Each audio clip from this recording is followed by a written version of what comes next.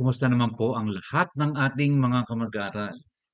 It's been a while and papasalamat po tayo sa Diyos na muli tayong makakapag-aral ng kanyang mga salita at maraming salamat po muli sa lahat ng ating mga kamag-aral na patuloy na sumusubaybay at nakikipag-aralan ng salita ng Diyos. We will start a new series and in this series we will learn how people destroy their lives without being aware of it. Yung mga tao na hindi nila alam na nasisira na pala ang kanilang buhay pero minsan na hindi pa nila alam. We all have good intentions. Alam po natin yon. But in the end, it will create a big mess. Wala tayong plano na maging masama ang kasasapitan. Subalit kung minsan ang ating mga nagiging direksyon ay sa dakong huli ay kakasama pala natin. Ang ating pong pag-uusapan sa mga susunod na mga linggo ay makakatulong upang maka-recover po tayo from all the big problems na marahil po unintentionally or intentionally ay we created. So, tingnan po natin kung paano nga ba natin maisasalba ang ating buhay at paano natin matatagpuan ang tunay na kahalagahan ng buhay, ang tunay na kahulugan ng buhay. In the next uh, lessons na ating pag-uusapan ay ating pong babasahin ang journal ng isang lalaki na natutunan niya na mawasak ang kanyang buhay, but from destroying his life, he was able to find meaning in life. Alam po niyo, ang journal ay katulad ng isang notebook where you put all the experiences you have. At ito po ang ginagawa ng ilan sa atin marahil na we are writing and we are keeping a journal.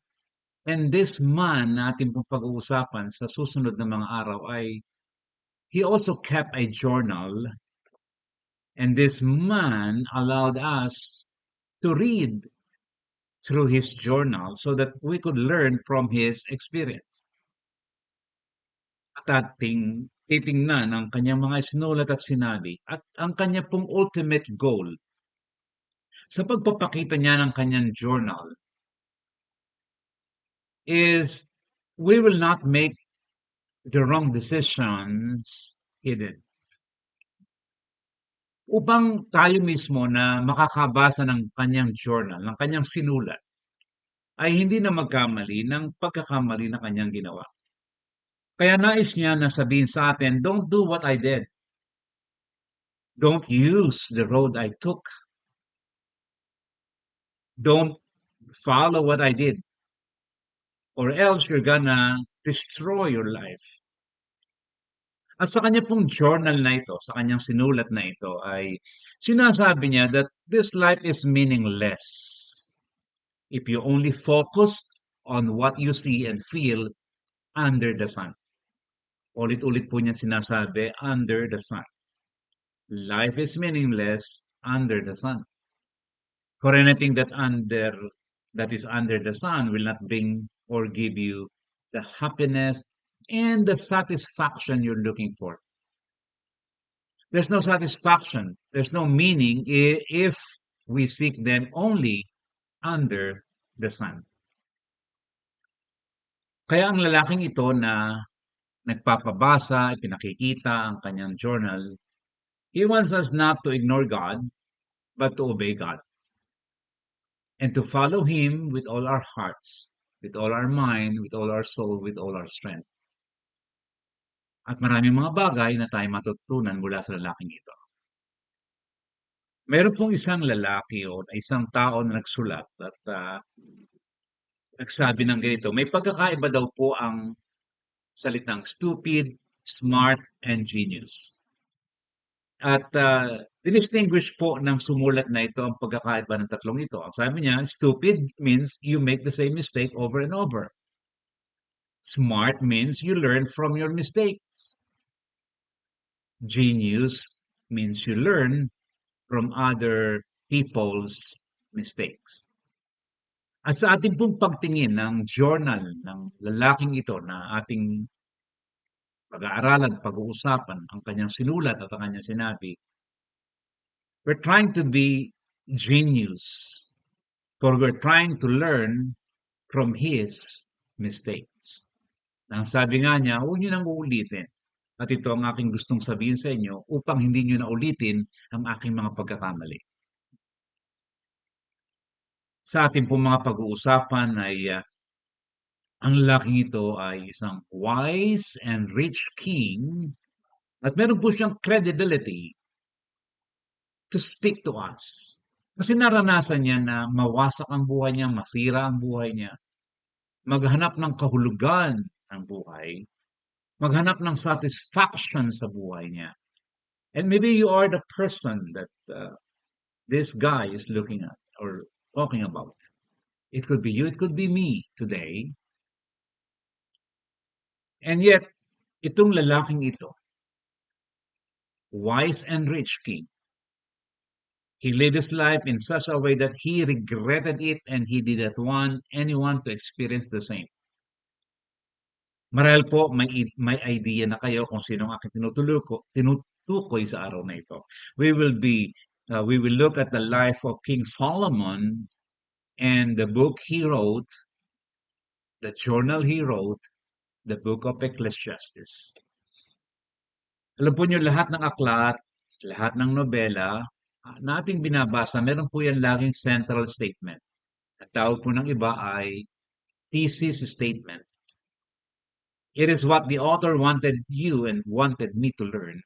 Kaya may tinatawag na central statement or thesis statement. And the central statement or the thesis statement in the book of Ecclesiastes is this. Let us read Ecclesiastes chapter 1 verses 2 hanggang 4. And let us read the thesis statement of King Solomon in the book of Ecclesiastes. Ang sabi niya ay ganito. Everything is meaningless, says the teacher, completely meaningless.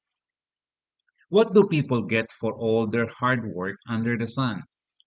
Generations come and generations go, but the earth never changes. Chapter 1, verse 8. Everything is wearisome beyond description. No matter how much we see, we are never satisfied. No matter how much we hear, we are not content. Ecclesiastes 12, 13, and 14, that's the whole story. Here now is my final conclusion. Fear God and obey his commands. For this is everyone's duty. God will judge us for everything we do, including every secret thing, whether good or bad. Solomon used the word meaningless in his journal, in his book, 38 times. He loves to use it for it is exactly what he experienced, meaningless. Now, he is old and he is speaking to all those who live behind him, kagaya ko, sa akin at sa iyo.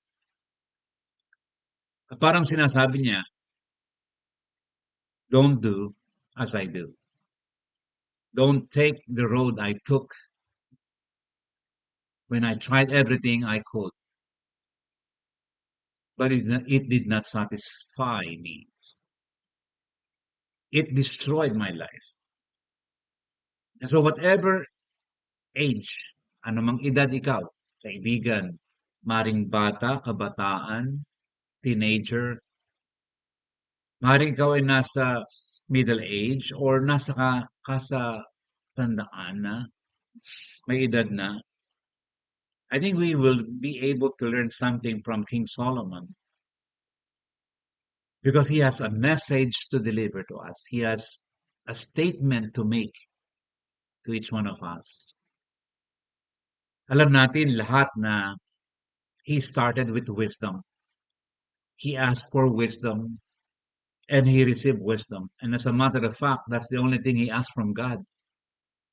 he asked wisdom, to give him wisdom so he can guide and rule the nation of Israel. What a great way to start life. Ask God for wisdom.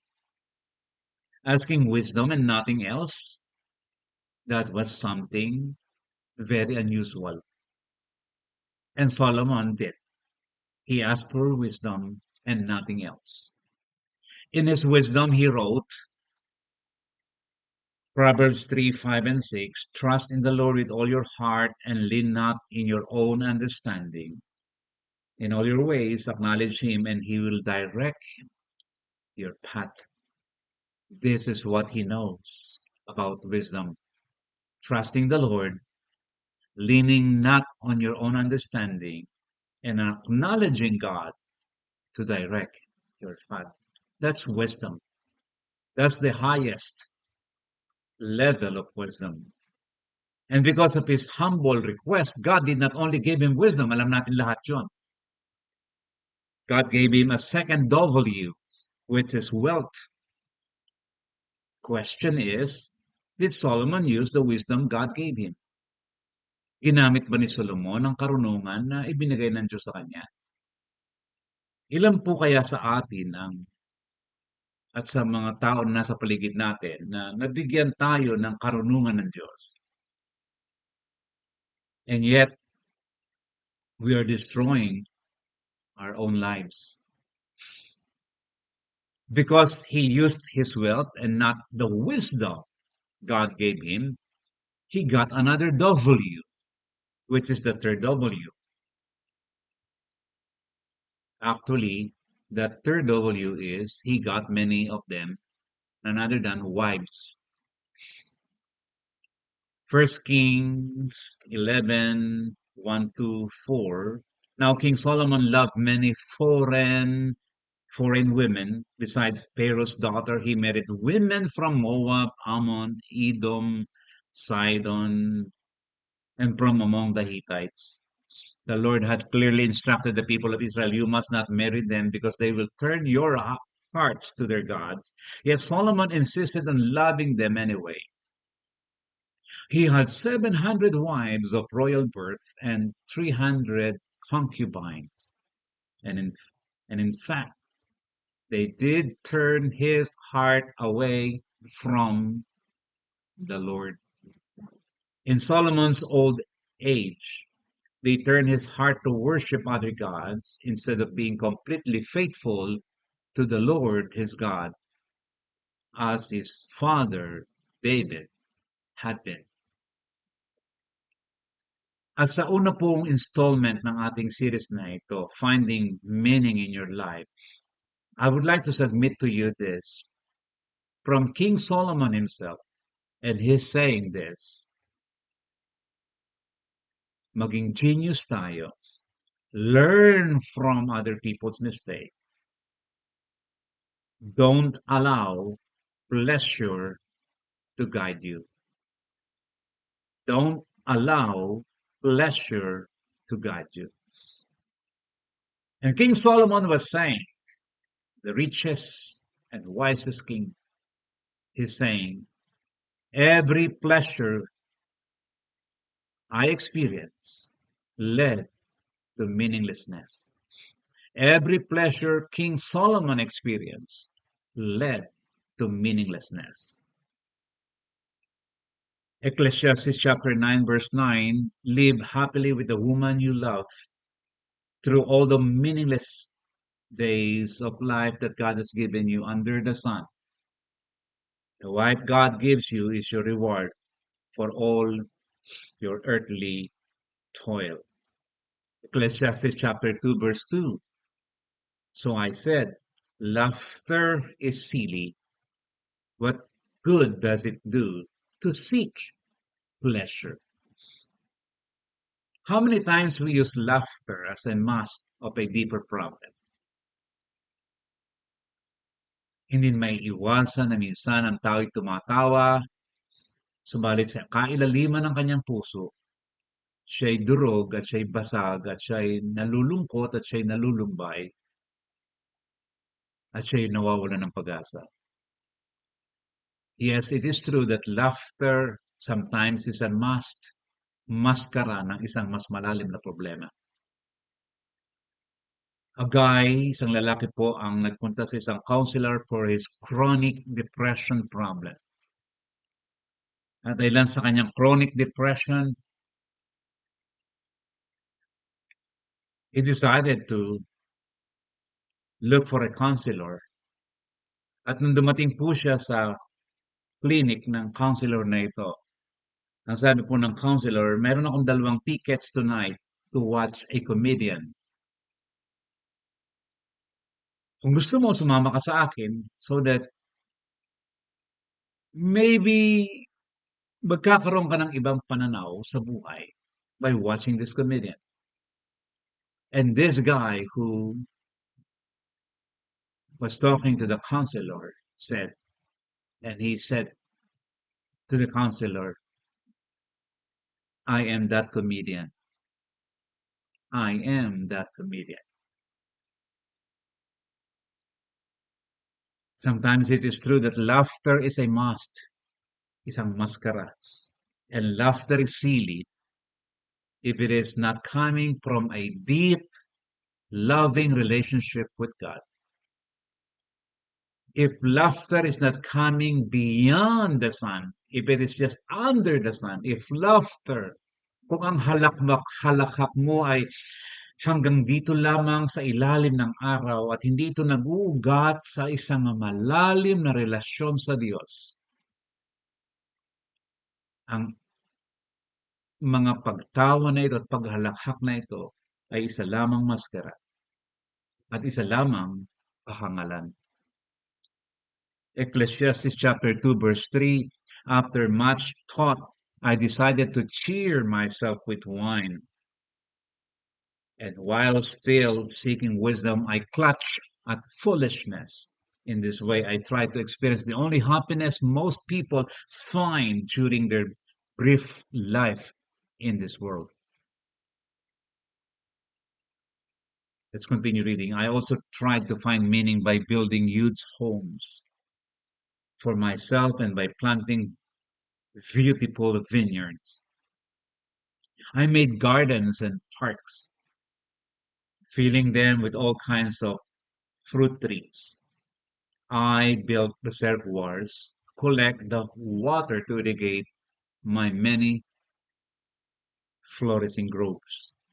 I bought slaves, both men and women, and others were born into my household.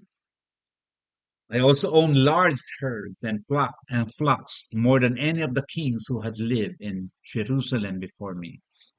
I collected great sums of silver and gold, the treasure of many kings and provinces. I hired wonderful singers, both men and women, and had many beautiful concubines. I had everything a man could desire. And yet he found out one thing. The central thesis of his book, of his journal. Everything is meaningless. Everything is wearisome under the sun. Under the sun. Sa ilalim ng araw, meaning here on earth. Without a deep, loving relationship with God. Without a humble submission to the will of God and understanding God's purpose in your life and in my life, everything is meaningless. That's what King Solomon is telling you and telling me. Even if you had everything and you received and you got everything you desire under the sun, without God, you will never be satisfied. Isa pong professional football player na naging Hall of Famers awardees, Deion Sanders ang pangalan po niya. In his acceptance speech, he thanked his mom who worked 2 jobs to support her family. He said, your dream is just all about you, there's something wrong with your dream. Sa kanya pong autobiography, Sanders wrote, everything I touched turned to gold, but inside, I was broken and totally defeated. I remember sitting at the back of a practice field one afternoon, away from everybody, and tears were running down my face. I was saying to myself, this is so meaningless. I'm so unhappy. We're winning every week and I'm playing great, but I'm not happy. I tried everything: parties, women, buying expensive jewelry, gadgets, and nothing helped. There was no peace. I had everything the world has to offer, but no joy, no peace, but emptiness inside. The Bible describes it in the first chapter of Ecclesiastes as chasing after the wind, and that's exactly what it was like. Ecclesiastes chapter 2, verses 9 and 10. So I became greater than all who had lived in Jerusalem before me, and my wisdom never failed me. Anything I wanted, I would take. I denied myself no pleasure. I even found great pleasure in hard work, a reward for all my labors. But as I look at everything I had worked so hard to accomplish, it was all so meaningless, like chasing the wind. There was nothing really worthwhile anywhere.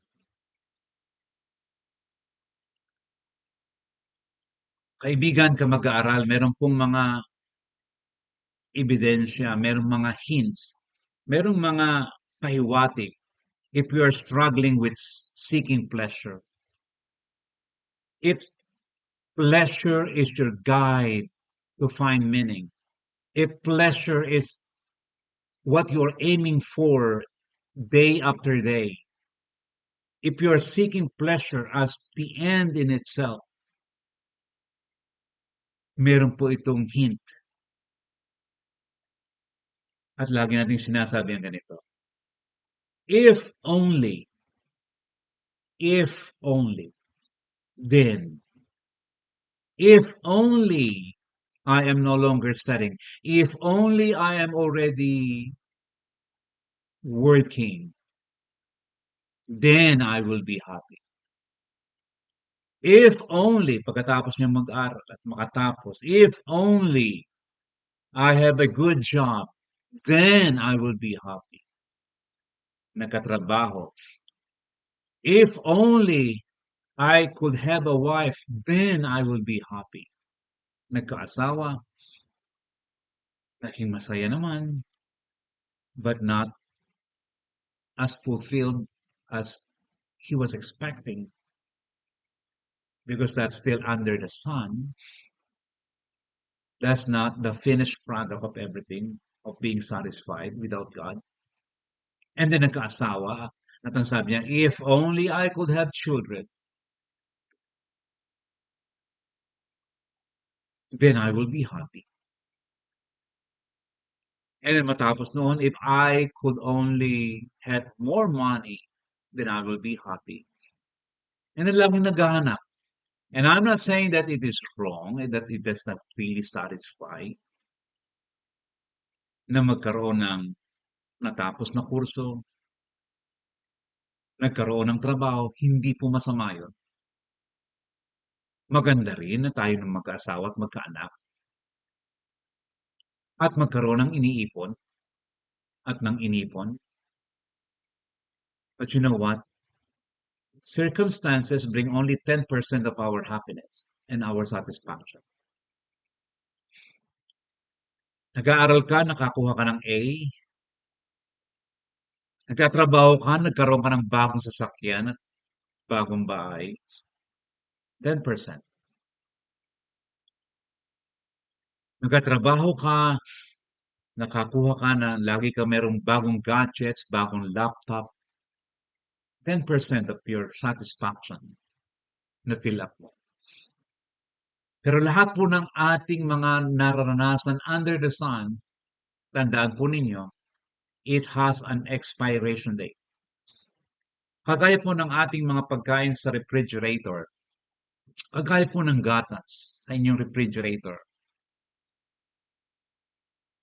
I think the standard is 3 days po ang pagkain sa refrigerator. After 3 days na hindi mo pa nako-consume yung iyong pagkain sa refrigerator, it is better na to throw it away kasi hindi na makakatulong sa kalusugan mo. Although, minsan ay atin pa pong for economic reason ay atin pang kinakain after 3 days. But the standard is 3 days. The point is, even satisfaction in under the sun has an expiration date. The problem is we move from one fill in the blank to another and find no happiness at all. Wala kasing katapat yung under the sun ng beyond the sun, which is a deep, growing, loving relationship with God. Sabi nga po ni Dr. Henry Cloud, when we are pursuing the things that don't have the power to make us happy, we are ignoring the ones that do. Sinabi rin po niya, happy people are not chasing after happiness. They chase after God. Then happiness finds them. Do not misunderstand ang aking pong sinasabi. Hindi ko po sinasabi na masama ang mga bagay sa sanlibutan ito for us to enjoy. Ang sabi nga po ng 1 Timothy, God created everything and God created everything good. But it does not really satisfy without a deep, growing relationship with God. Without God, if it's just under the sun, you will just be like chasing after the wind. When we are not pursuing God, we are only chasing after the wind. Kaya itanong po natin sa ating sarili ngayon.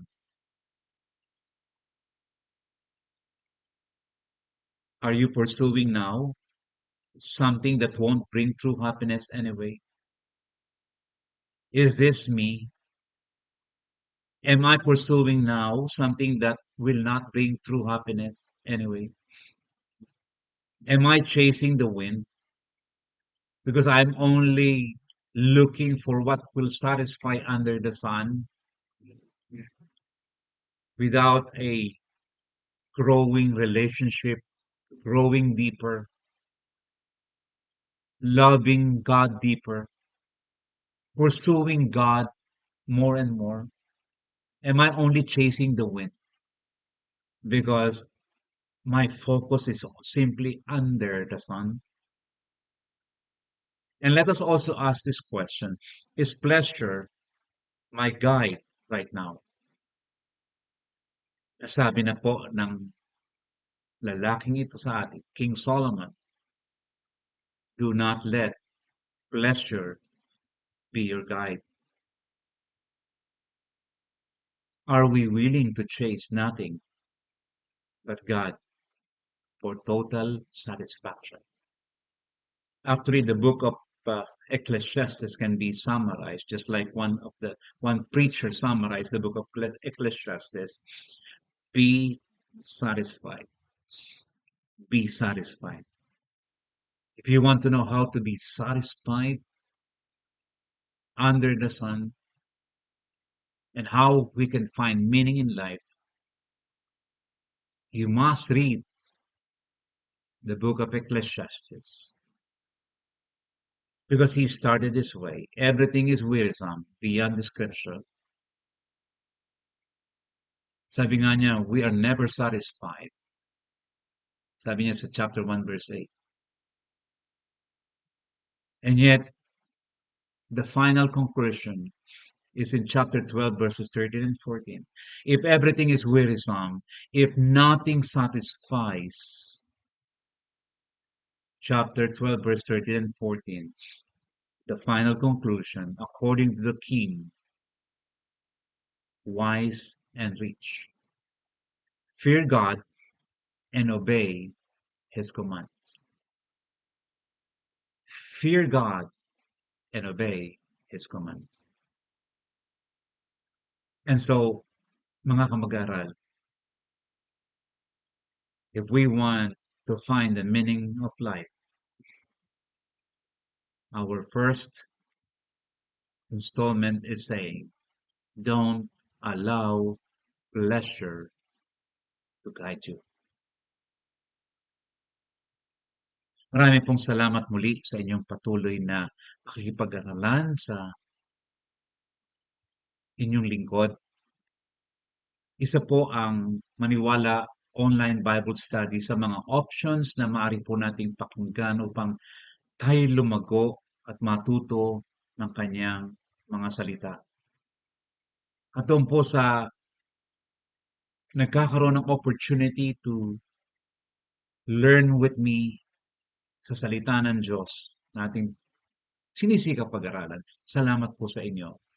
Papasalamat po tayong patuloy sa ginagamit ng salita ng Diyos na magiging dalaw yan po ang Tayabas City Church of Christ na kung saan nagagamit po natin ang kanilang online broadcasting system. Again, we would like to thank the Maniwala team for helping us sa mga ganitong mga pag-aaral ng salita ng Diyos. Hanggang sa muli po, ipapasalamat ang inyong lingkod, Jonathan Oriliasa, sa Diyos ang papuri. Hanggang sa muli po.